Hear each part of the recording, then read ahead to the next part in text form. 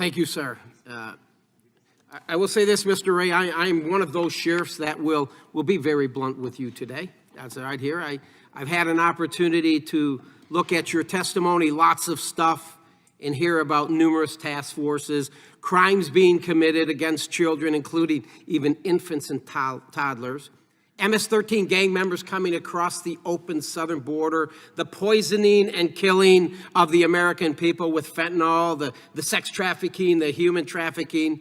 It's quite clear, it is clear that you guys are dealing with some of the sickest bastards in our society.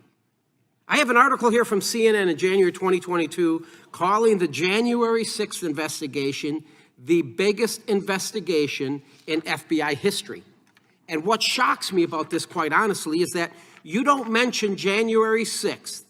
Again, the biggest investigation, not one time in your 14-page testimony. You don't mention it one time. And that makes me ask myself the question, what the hell are you hiding? Sir, you mentioned 38,000 agents and support personnel in your agency. How many FBI agents and support personnel have you assigned to the January 6th investigation? I don't know that I know the number. I know we have a lot of people working on it in multiple field Fair offices. enough, lots. Yeah. Knowing that you are dealing with some of the sickest people in our society with investigations related to child sex trafficking, have you reassigned any of these agents or personnel to investigate January 6th? Yes or no? I don't believe we have reassigned people away from child exploitation to January 6th. Let me just say this, Director. I find that answer disturbing because last month, Steve Friend, he testified before the Weaponization Committee. Mr. Friend was a domestic terrorism investigator for you, and he was told by one of his superiors that January 6th was, I quote, a higher priority than pursuing child pornography cases, end quote. And for those of you watching in America, understand today's FBI is more concerned about searching for and arresting Grandma and Grandpa for entering the Capitol building that day than pursuing the sick individuals in our society who prey on our children. And Mr. Wray, your priorities are flawed. But let's rehash what we know so far, all right? It's the largest investigation in FBI history, and you don't mention it in your testimony. Agents have been reassigned from child exploitation cases and so on. So now let's get into the money, Mr. Wray. How much taxpayer money has been spent on January 6th? I don't know that I have the figure you don't have in it my head, but Mr. Wray, I got an article here, December 22, 2022, 2 years after the events of January 6th, and it says the Justice Department has requested another $34 million from Congress. And number one, you shouldn't get another dime. The FBI shouldn't get another dime for this political witch hunt against the greatest president in my lifetime, Donald J. Trump. I want to turn my attention now to this fella, this character, Mr. Wray Epps. We've all heard of him. We've heard of Mr. Wray Epps. He was number 16 on your FBI most wanted list. He was encouraging people the night prior and the day of to go into the Capitol. And Mr. Wray Epps can be seen at the first breach of Capitol grounds at approximately 12:50 p.m. Play the clip, please. We need to go into the Capitol. Into the Capitol. Into the Capitol. What? We are going to the Capitol, where our problems are. It's that direction. Please spread the word. All right. No, Dave, but one more thing. Yeah, so can we go up there? No? When we go in, Are we going to get arrested if we go up there? Yeah. You don't need to get shot. Arrest us.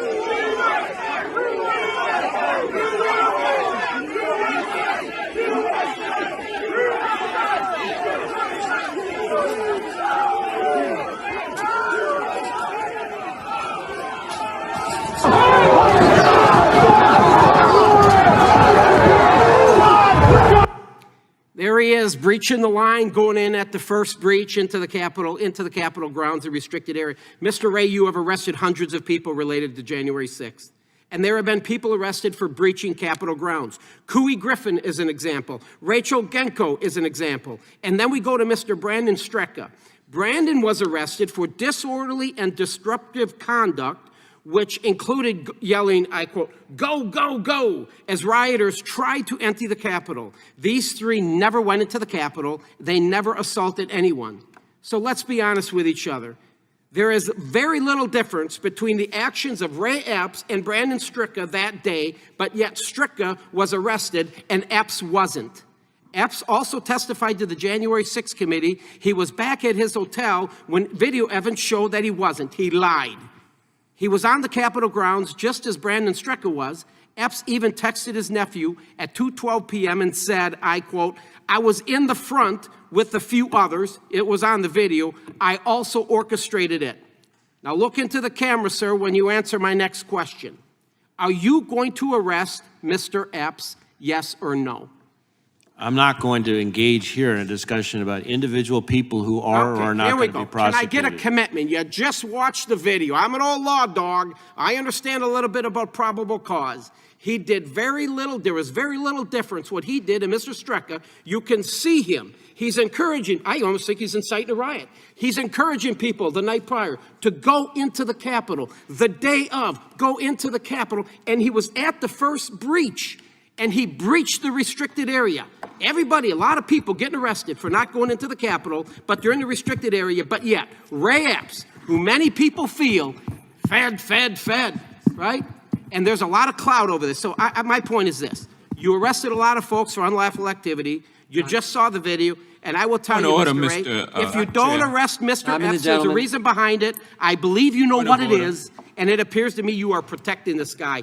I strongly recommend you get your house back in order. With that, I yield back. Mr. Chairman, if I might briefly. Gentlemen, will respond, then we got a couple point of orders.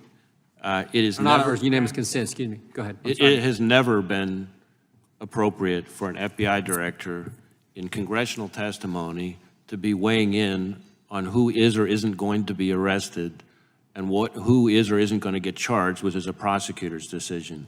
If you are suggesting that the violence that at the Capitol on January 6th was part of some operation orchestrated by FBI sources or FBI agents, the answer is no, it was not. And to suggest otherwise is a disservice to our hardworking, dedicated law enforcement professionals. Can I respond to that now that the point is, he was number 16 on your list. Yeah, he was 16 on your list. You never arrested him. But hundreds of Americans were arrested. Shame on you. The chair recognizes the gentleman from Florida for unanimous consent. Mr. Chairman, I seek unanimous consent for all members have 5 legislative days to submit any additional materials as well as any questions for the record for the director, and I would hope that those questions for the record we would submit would receive more timely responses than some of our letters have. I would further seek unanimous consent that the WhatsApp message from Hunter Biden I used earlier in the hearing be submitted for the record. Well, without objection, the gentleman from Georgia is recognized. Thank you, Mr. Chairman. I have a unanimous consent request that a article from the Daily Mail dated today with the headline, January 6th protester Wray Epps reveals he's forced to live in an RV in hiding after death threats over FBI informant conspiracy. Feds confirm he's never worked for them as he slams right-wing theorists using him as a scapegoat. I'd like to offer this into the record. Without objection, chair recognizes the gentleman from Texas. Thank you, Mr. Chairman. Director Wray, thank you for your time today. You said earlier in response to Representative Iss's questions that the job of the FBI is to, 1, undertake criminal investigations, and 2, protect the U.S. from national security threats. Would you agree with me that in doing those activities, the FBI has to do a lot of that in what are effectively confidential conditions? Is that correct? Yes. And when you're undertaking those activities in those confidential conditions, you're going to require tools that have been appropriated by Congress in the past, tools that say to you, we're going to trust you to use those tools correctly, and in return, the FBI then is expected to not abuse the trust of those tools that are provided to the FBI to undertake its activities. Is that a correct statement as well? Yes, I would agree with that. So trust is a very important thing, both the giving of trust when you get those tools, and then making sure that you do not abuse those that trust once those tools have been given to you. Were you aware that according to a recent poll by Harvard Capps Harris, 70% of respondents in the United States said that they were either very or somewhat concerned about interference by the FBI and other intelligence agencies in the elections? Were you aware of that? I'm not aware of the particular survey or poll or study or whatever it is. In that same poll, 71% of Americans, which is certainly a bipartisan group, agreed that internal FBI changes post-2016 had not done enough to prevent further interference in elections, and that, quote, wide-ranging reform was still required. And again, you're not aware of those numbers? No. Does any of that shock you? You know, I don't spend a lot of time as FBI director worrying about polls. What I do look at is whether people want to work with us, whether people want to work for us. And on both of those metrics, we're actually going up quite significantly. In fact, in your home state of Texas, we've got a 93% increase in the number of Texans applying to work for the FBI since I've been in this job. And in fact, it's the highest. Texas has more people applying to work for the FBI than any other state in the union. Even if you do not watch polls, certainly you appreciate the fact that you want the trust of the American people. Would you agree with that? Absolutely. All right. Does it bother you that so many Americans do not trust the FBI presently? Well, again, I don't spend a lot of time worrying about polls. I do care about what I hear I'm from the asking about American the people trust. otherwise. But it bothers me anytime any American has lost trust in the FBI. Of course, that concerns me. Earlier, you're talking to Representative Hageman, and you said where we can take action where possible to remove them from the chain of command, and then you ended your time, you got cut off because we had to get some votes. You were going to say something further on that. Do you have any plans to remove anybody from the chain of command or go through a process to determine who should be removed from the chain of command? Well, I have already removed any number of people from at different stages of my tenure from the chain of command. I have also referred people to our disciplinary arm, which has resulted in some cases in termination. Do you have any plans to do any more of that? If somebody has violated a rule, absolutely.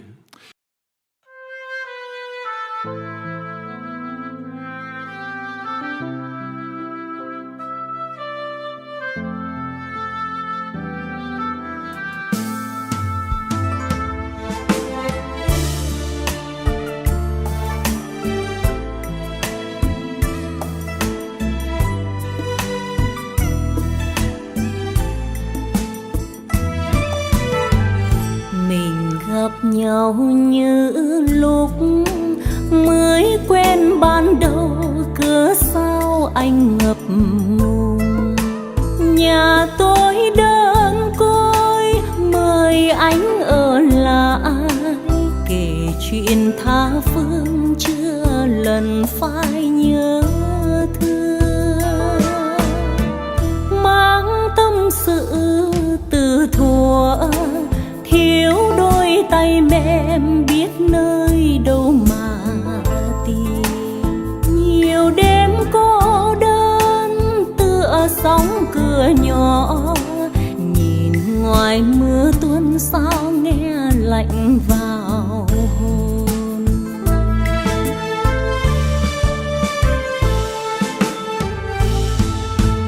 Mấy năm cách biệt chỉ vui đêm nay, chưa với tâm tình của hai chúng mình. Một lần trong đời anh nói yêu tôi, tiếng ngọt trên đầu môi. Này bạn thân này hỡi, nếu mai đi rồi nhớ mang theo nụ cười.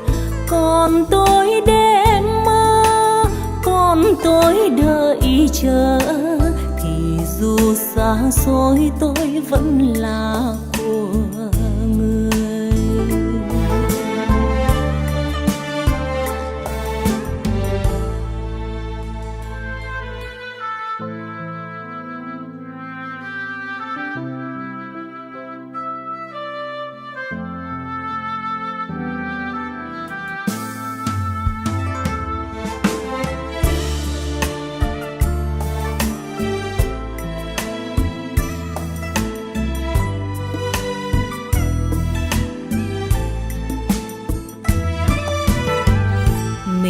Gặp nhau như lúc mới quen ban đầu, cớ sao anh ngập ngừng. Nhà tôi đơn côi, mời anh ở lại, kể chuyện tha phương chưa lần phải nhớ thương, mang tâm sự từ thuở thiếu đôi tay mềm biết nơi đâu mà tìm. Nhiều đêm cô đơn tựa sóng cửa nhỏ, nhìn ngoài mưa tuôn sao nghe lạnh vào hồn.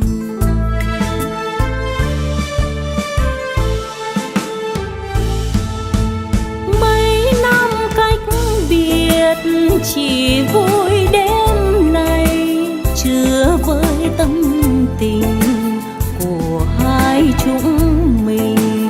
Một lần trong đời anh nói yêu tôi tiếng ngọt trên đầu môi.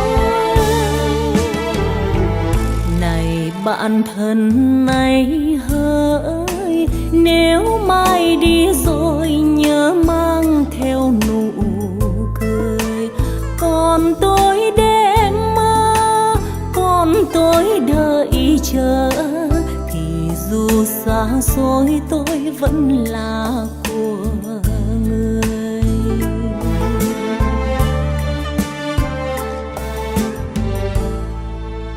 Còn tôi đêm mơ, còn tôi đợi chờ, thì dù xa xôi tôi vẫn là